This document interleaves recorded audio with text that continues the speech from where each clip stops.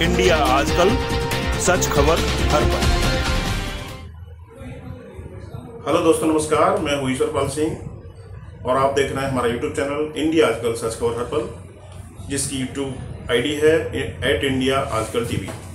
हमारे साथ में हैं मीरा भाईंदर शहर के राष्ट्रवादी कांग्रेस पार्टी के नवनियुक्त शहर अध्यक्ष प्रमोद कामले जी। नमस्कार कामले जी, आपका स्वागत है हमारे चैनल पर। तो आज कामले साहब से हम बात करेंगे उनकी पार्टी को लेकर, यहाँ की पॉलिटिक्स को लेकर, समाज सेवा को लेकर क्या क्या योजनाएं हैं आपके सामने रखेंगे। हाल ही में उन्होंने प्रेस कॉन्फ्रेंस किया था जिसमें काफ़ी लोग शामिल हुए थे। तो ऑलरेडी काफ़ी लोगों को पता ही है कि आप बने हैं अध्यक्ष एनसीपी के शहर के। तो हम चाहेंगे जानना आपसे सर कि किस तरह से आपका राजनीति में आना शुरुआत हुई, वहाँ से शुरुआत करते हैं। राजनीति में तो मैं 98 में आया। अच्छा, जब 98 में कांग्रेस में था मैं। अच्छा। और 99 में जब राष्ट्रवादी कांग्रेस पार्टी स्थापन हुई, तब से मैं राष्ट्रवादी कांग्रेस पार्टी का यहाँ का वार्ड अध्यक्ष था। अच्छा अच्छा। तब से मेरा राजनीति चालू है। सामने से और मेरा 95 से चालू है। तो कांग्रेस पार्टी जब डिवाइड हुई, पवार साहब ने अपना अलग रास्ता अपनाया, तो आप उनके साथ क्यों गए कांग्रेस छोड़ के? दिलचस्प। हमारे नेता माननीय स्वर्गीय दिलीप बाबर साहब, जिनके साथ मैं राजनीति में आया, समाज सेवा करते करते उनके साथ राजनीति आया। तो वो यूथ राष्ट्रवादी कांग्रेस के यहाँ के अध्यक्ष हो गए। तो उनके वो जो नगर सेवक थे जो वार्ड के, तो वार्ड का मैं वार्ड अध्यक्ष यहाँ पे नियुक्त किया और वहाँ से ही चालू हुआ मेरा प्रवास। तो काफी युवावस्था में आप राजनीति में आ गए थे, तो उसके पीछे और कोई फैक्टर था, कोई और मोटिवेशन था परिवार की तरफ से, दोस्तों की तरफ से, या कॉलेज लाइफ में आपने पॉलिटिक्स किया हो? नहीं, ऐसा कुछ नहीं। कॉलेज लाइफ में तो मैं एकदम शाय था। मुझे एक्चुअली ज़्यादा दोस्तों के साथ वगैरह घूमना पसंद नहीं था। अच्छा। लेकिन जब से मैं यहाँ पे मीरा भाईंदर में रहने आया, तो जो मेरे एरिया के लड़के लोग हैं, उनको लेके मैंने श्री साईज्योत मित्र मंडल की स्थापना की। अच्छा अच्छा। और वो स्थापना करके वहाँ के लोगों ने मुझे प्रेरित किया। और मैं वहाँ पे नवरात्रि उत्सव, गणेश उत्सव, होली, ऐसे त्यौहार, जयंती, डॉक्टर बाबा साहब अम्बेडकर, महात्मा ज्योतिबा फुले, छत्रपति शिवाजी महाराज की जयंती वगैरह में जो महाराष्ट्र नायक हैं उनका। तो यहाँ से पहले कहाँ रहते थे आप? यहाँ से पहले मैं मुंबई रहता था। अच्छा।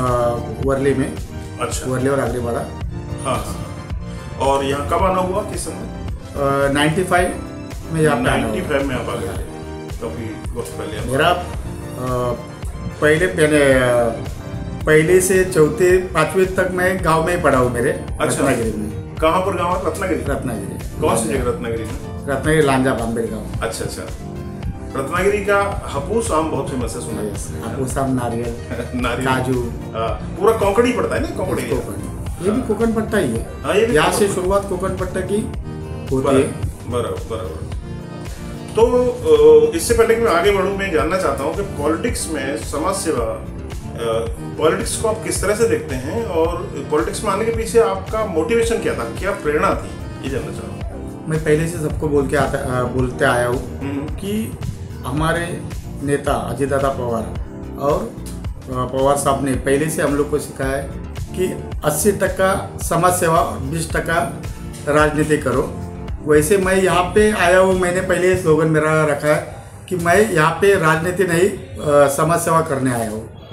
वो समाज सेवा ही हम लोग कर रहे हैं। समाज सेवा करते करते एक मतलब राजनीति में एक पार्टी का सहयोग चाहिए तो हमारे काम होते हैं, और सत्ते में हम लोग जाएंगे तो लोगों का काम होएगा, ऐसा हमारा मानना है। इसलिए हम लोग राजनीति में। तो मैं अब ये जानना चाहता हूँ, आप जब के आ गए हैं, आपने कुर्सी संभाल ली है, क्या योजना आपने बनाई है? अपने कितने साल के लिए आप बने हैं, पहली बात तो ये? नहीं, कितने साल से देखो, यहाँ पे अगर मैं अच्छा काम करूँ, अच्छा, हाँ, तो एक पार्टी का जो अध्यक्ष पद रहता है 3 साल से 5 साल तक होता है। लेकिन जब अगर मैं कुछ अच्छा काम करूँ और नेता भी बोले कि इन्होंने अच्छा काम किया है, तो मैं 5 साल तो जरूर रहूँगा। तो क्या पंचवर्षीय योजना आपकी फिलहाल है? हम लोग जो यहाँ के सरकार है, सरकार की जो योजना है, युवक, महिला, विद्यार्थी और जो भी घटक यहाँ के वंचित समाज है, उनको जो भी हम लोग को योजना रहेगी सरकार की वो हम लोग उन तक पहुंचाएंगे और उनका उससे जो भी फायदा होता है वो करते करते हमारा राष्ट्रवादी कांग्रेस पार्टी उन तक पहुंचे, ऐसा हम लोग यहाँ पे काम करेंगे। ये तो रही सरकार की आवाज को आप लोगों तक पहुंचाएंगे। एक होता है कि लोगों की आवाज को सरकार तक पहुंचाना भी एक बड़ा काम होता है, बराबर, क्योंकि आप सत्ता पक्ष में है तो जाहिर है आप सत्ता पक्ष की आवाज को लोगों तक पहुंचाएंगे, वो भी अच्छी बात है। लोगों की आवाज को हम लोग पहुंचाएंगे। हमारे पास जो जो लोग आ रहे हैं यहाँ पे, जो उनकी समस्या लेके आएंगे तो हम हमारे नेताओं के पास पहुंचाएंगे। यहाँ से हमारे से हल होता है तो हम लोग यहाँ के महापालिका आयुक्त है उनसे और इधर अधिकारी उनसे मिलके हम लोग जो पहले से काम करते हैं वो तो कर ही रहे हैं हम लोग। अभी मुझे 2 दिन पहले पता चला था कि यहाँ पे जो डंपिंग ग्राउंड है उसकी समस्या तो बहुत है, उधर के लोगों को बहुत परेशानी होती है।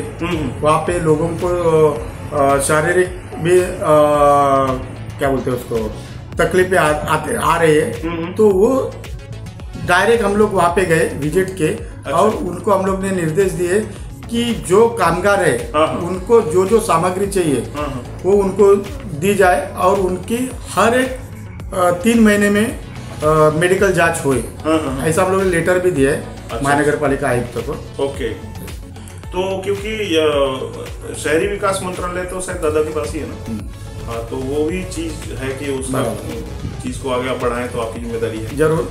और लोगों की तरफ से और क्या क्या दिक्कतें हैं? मोस्टली पानी का तो सबसे बड़ा प्रॉब्लम है ही, और क्या क्या दिक्कतें हैं शहर में? यहाँ पे देखो महानगर पालिका में काम करना है तो पानी, गटर और रोड, उसकी तो समस्या रहती है, लेकिन लोगों के आरोग्य, जो अपना एक हॉस्पिटल है टेम्बा हॉस्पिटल, जगह तो बहुत बड़ी है, बराबर ना, वहाँ पे क्या क्या सुविधाएं है तो हम लोग डॉक्टर जाफर सर से हम लोग बात कर रहे और यहाँ के जो आरोग्य अधिकारी है उनसे भी बात करें, डॉक्टर साहब से भी बात करें और वहाँ पे जो जो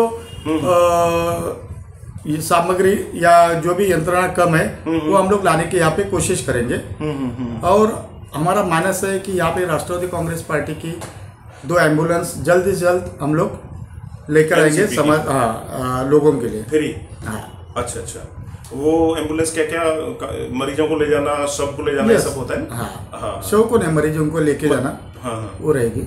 ओके, और इसका इन हॉस्पिटलों में जो जन सुविधाएं हैं वो नो डाउट फ्री हैं, पब्लिक को फायदा मिल रहा है उनका, लेकिन काफी लोग की शिकायत है कि डॉक्टर सी सीट पर नहीं होते, और होते भी तो वो आधे घंटे के लिए आते हैं और अपनी प्राइवेट प्रैक्टिस ज्यादा करते हैं। इस विषय में आपका क्या है? ये तो मुझे भी पता चल रहा है, ऐसी बातें हमारे कार्यकर्ताओं ने बताई है। हम लोग उधर जाके जो जो ऐसी चीजें घट रही है वहाँ पे जो डॉक्टर नहीं रहेंगे या उधर के कर्मचारी जगह पे नहीं रहेंगे, उनका भी हम लोग इलाज जरूर करेंगे। बिल्कुल। तो फिलहाल आप ये पद संभाल करके आप क्या महसूस कर रहे हैं? आप किसी सत्ताधारी दल के एक मंत्री के तौर पर महसूस कर रहे हैं या एक विपक्षी नेता के तौर पर महसूस कर रहे हैं? नहीं, मैं सामान्य कार्यकर्ता जैसा ही महसूस कर रहा हूँ, लेकिन जिम्मेदारी बड़ी है। वो जिम्मेदारी का वो जिम्मेदारी मैं खुद के आंख पे लेके हमारे कार्यकर्ता और हमारे यहाँ के महिला अध्यक्ष, युवक अध्यक्ष और हमारे जो भी पदाधिकारी है उनके साथ मैं हर एक गांव में, हर एक गली में, हर एक सोसाइटी में जाकर लोगों से मिल रहा हूँ और कैसे अपने साथ राष्ट्रवादी का जो पहले राष्ट्रवादी थी सबके मन में तो घड़ी है, सबके मन में अजितदादा पवार साहब है, वो हम लोग जागरूक कर रहे। और ये 3 महीने का मेरा टारगेट रहेगा कि 3 महीने में यहाँ पे आपको किधर भी जाए वो घड़ी का निशान दिखे, हाँ, और घड़ी का झंडा हर एक गली तक हम लोग पहुँचाएंगे। ये शहर में नो डाउट 4 पार्टियों में एनसीपी एक बड़ा इसका था यहाँ पर, लेकिन ये जब से तोड़फोड़ राजनीति में हुई है तब से जो है पूरा डिस्टर्ब हो गया है, क्योंकि पब्लिक को पता ही नहीं है कि कौन एनसीपी का है, कौन कांग्रेस का है, कौन शिवसेना का है, कौन इस वाली शिवसेना का है, वो कौन उस वाली। तो ये भी एक बड़ा चैलेंज है आपके सामने लोगों को समझाना कि एक्चुअली कौन सा दल किसमें है। कभी भी मीरा भाईंदर में अगर प्रमोद कामले नाम ले तो कोई भी बोलेगा कि कौन प्रमोद कामले, एनसीपी का कार्यकर्ता है, राष्ट्रवादी कांग्रेस पार्टी का वो प्रमोद कामले, ऐसे ही पूछते हैं लोग, क्योंकि मैंने कभी पार्टी छोड़ी नहीं थी और मैं कभी दूसरे पार्टी में गया नहीं। नेता लोग तो गए हमारे यहाँ पे, जो पार्टी के जो पार्टी अभी सत्ते में भी है, बीजेपी है, शिवसेना है और अन्य पार्टी में जो राष्ट्रवादी के ज़्यादा करके राष्ट्रवादी के नगर सेवक वहाँ पे है। जो अभी तक यहाँ ये आपके एनसीपी के नेता रहे हैं, उनमें किसका योगदान आप मानेंगे इस शहर को बनाने में जो है एनसीपी की तरफ से? पहले तो मैं हमारे स्वर्गीय प्रफुल्ल पटेल साहब जो एनसीपी के हमारे यहाँ के अध्यक्ष थे राष्ट्रवादी कांग्रेस पार्टी के, वो ब्लॉक अध्यक्ष माना जाता था तभी, अब वो जिला है बराबर। तो मेरा उन्होंने बहुत सा काम किया है। उनको तो पानी सम्राट भी उनको पदवी मिली है, उन्होंने पानी भी लाया यहाँ पे। उसके पहले बाबर साहब और हम लोग ने भी आंदोलन किया था पानी के लिए यहाँ पे, बंदरवाड़ी बस स्टॉप पे वगैरह, तो उनमें हमारे कार्यकर्ताओं में बहुत से केसेस भी है, वो है। उसके बाद में हमारे नेता केस अभी भी चल रहे हैं, अभी तो आपकी सरकार नहीं, अभी नहीं खत्म हो। जब ये आर पाटिल साहब बने, पाटिल साहब बहुत अच्छा काम, तो उन्होंने ये किया, केसेस खारिज की सबकी। और हमारे जिलाध्यक्ष उनके बाद जो बने मोहन पाटिल साहब, उन्होंने भी अच्छा काम किया। हमारे गिलबर्ट शेठ है, गिलबर्ट मेंडोसा साहब, तभी वो राष्ट्रवादी के यहाँ के हमारे नेता थे और उनके मार्गदर्शन में मोहन पाटिल साहब भी अच्छा काम करते थे। और जो यहाँ पे अध्यक्ष बने उन्होंने अच्छा ही काम किया है। बाद में जो परिवर्तन हुआ तो आपको तो पता है वो परिवर्तन कैसे हुआ, कुछ गलतियां भी थी। अपक्ष को, नगर सेवक को महापौर बनाया, उसके बाद में पूरा राष्ट्रवादी यहाँ पे कुछ जो बीजेपी की जो नीति है उसका भी तो असर हुआ ना, तोड़फोड़ की राजनीति, पूरा तहस नहस करना, वो तो पूरा देश में चल रहा है, वो तो सबको पता है। तो उससे कैसे पार पाएंगे आप? उसको आपको भी चैलेंज है? नहीं, वो तो नेता लोग का काम है। यहाँ पे तो हम वो तोड़फोड़ तो होएगी नहीं। यहाँ पे राष्ट्रवादी कांग्रेस पार्टी के जो पदाधिकारी है वो एक निष्ठ है और वो राष्ट्रवादी कांग्रेस पार्टी के ही साथ है। अभी भी जब से मैं अध्यक्ष बना हूँ तब से बहुत सारे जो शांत बैठे घर में, जो कौन से पार्टी में गए, उनके भी फोन आए और वो ज्वाइंट हो रहे मुझसे। अच्छा। और राष्ट्रवादी पार्टी बढ़ रही है। उम्मीद लोगों में जगी है, ऐसा महसूस कर रहे हैं? महसूस कर रहा हूँ। नगर सेवक जो है उनके भी कुछ हो रहा है। अब सबसे बड़ा चैलेंज आपके सामने ये है कि समस्याओं का तो अंबार आपके सामने आ रहा है, लेकिन उनका सॉल्यूशन आप कैसे कर पाएंगे? वो एक बड़ी कहाँ सुनवाई होगी आपकी, किसको रिपोर्ट आप करेंगे? जब मैं राष्ट्रवादी कांग्रेस पार्टी का अध्यक्ष बना तभी हमारे जो नेता है यहाँ के समन्वयक माजी खासदार, कन्वेनर समन्वयक है यहाँ के, और जो माजी खासदार है आनंद परांजपे जी, थाना के नजीब मुल्ला साहब है, और हमारे राष्ट्रीय अध्यक्ष है अजीत दादा पवार, प्रदेश अध्यक्ष है सुनील जी तटकरे साहब। उन्होंने मुझे बताया कि यहाँ पे राष्ट्रवादी कांग्रेस बढ़ाने के लिए जो आपको सहयोग रहेगा, जो भी चाहिए वो उनसे मिलेगा। अच्छा। तो आप ये अपॉइंट होने से पहले इतने बड़े बड़े नेताओं से किस तरह से संभव हुआ? आपसे मुलाकात कैसे हुई? आप इनको जानते थे पहले से? हाँ, मैं तो राष्ट्रवादी कांग्रेस पार्टी की स्थापना हुई तब से यहाँ पे हूँ, और मैं पहले भी जब लंबा टाइम गुजर गया, बीच में आप एक्टिव रहे पूरी तरह से? हाँ, बीच में था एक्टिव, सोशल वर्क वगैरह था आपके पास? हाँ, पद था ना मेरे पास। मैं राष्ट्रवादी कांग्रेस पार्टी का यहाँ का पहले वार्ड अध्यक्ष था। उसके बाद में जो मैं यूथ में मैंने कभी काम नहीं किया है, यूथ में खाली वार्ड अध्यक्ष का काम किया है। उसके बाद में मुझे लगता है 25, 26, 27 साल में मैं बेसिक में ही काम किया है। बेसिक का यहाँ का कार्याध्यक्ष था मैं, अच्छा, ब्लॉक का, और बहुत सारे लोगों को मैंने जोड़ा है। उसके बाद नहीं लड़ने का अवसर मिला आपको? तो चुनाव लड़ा मैं 2007 में, मैंने चुनाव भी लड़ा। अच्छा। उसके पहले मैं विशेष कमेटी में सभागृह में भी गया है, राष्ट्रवादी मीरा भाईंदर महानगर पालिका समिति में सदस्य था। तो अच्छी बात है। तो सामाजिक न्याय का मैं अध्यक्ष था। महाराष्ट्र पे मैंने 2 इस पे काम किया है, सेल पे, और यहाँ पे मैं जनरल सेक्रेटरी करके 7-8 साल काम किया है। जनरल सेक्रेटरी का होते होते मैंने यहाँ पे अध्यक्ष नहीं थे तो भी जनरल सेक्रेटरी तौर पे यहाँ पे सब संगठना बांध के रखी है। कोई ऐसा प्रेशर महसूस कर रहे हैं आप? कोई ऐसा चैलेंज महसूस कर रहे हैं या कोई ऐसा कंपटीशन महसूस कर रहे हैं आप किसी से? नहीं, कंपटीशन तो किससे नहीं, चैलेंज है। चैलेंज ऐसा है कि मुझे राष्ट्रवादी कांग्रेस पार्टी यहाँ पे जागरूक करने, यहाँ पे राष्ट्रवादी कांग्रेस पार्टी की ताकत बढ़ानी है। क्योंकि मुझ पे जो जिम्मेदारी दी है, हाँ। मैं सामान्य कार्यकर्ता हूँ, मैं कोई बड़े घर से या राजनीतिक घर से आया नहीं हूँ। हाँ। मैं एक सामान्य कार्यकर्ता हूँ, और सामान्य कार्यकर्ता होने के बावजूद और एक बुद्धिस्ट समाज का होने के बावजूद भी मुझे राष्ट्रवादी कांग्रेस पार्टी के नेताओं ने यहाँ पे जो सत्ते में है उनका जिलाध्यक्ष बनना, और उन्होंने बनाया मुझ पे विश्वास रख के, तो वो मुझे बहुत बड़ा चैलेंज है। मैं वो चैलेंज स्वीकार किया है, और मैं उससे सुबह 9 से लेकर रात को हम लोग 11 बजे तक लोगों को मिल रहे हैं। जय भीम और जो ये है आप उस वर्ग से हैं, तो क्या ऐसा माना जा सकता है कि इन वर्ग विशेष को ध्यान में रखते हुए आपको लाया गया? राष्ट्रवादी कांग्रेस पार्टी पहले से सर्वधर्म समभाव है। कभी उन्होंने, आज भी दादा का आप भाषण सुनेंगे या दादा कभी भी बात कर रहे तो उन्होंने बोला ये कि हम अगर महायुति में गए तो भी हम लोग ने ये जो सर्वधर्म समभाव है उसका हम लोग ने त्याग नहीं किया, और वो सेक्युलर पार्टी है पहले से, तो ऐसा कुछ नहीं। अच्छा, यहाँ पर ऑलरेडी बड़े बड़े मगरमच्छ हैं इस शहर में, और आप बढ़ेंगे तो जाहिर है उनकी जमीन कम होगी, तो वो आपको आसानी से बढ़ते हुए आगे नहीं देख सकते हैं, तो उसके लिए आपके संकट आपके सामने आ सकते हैं। मुझे तो बढ़ना है मुझे बढ़ना है, मेरी पार्टी को बढ़ाना है। देखो, कंपटीशन सब जगह पे, और वो तो बड़े नेता है। बड़े नेता अगर मैं बढ़ते हो क्या मेरी पार्टी बढ़ते हो को कुछ आड़े तो नहीं आएंगे, क्योंकि हम लोग महायुति में बड़े नेता मतलब यहाँ पे शिवसेना है और बीजेपी है, हमारे आमदार साहब है और हमारे मंत्री जी है, बराबर ना।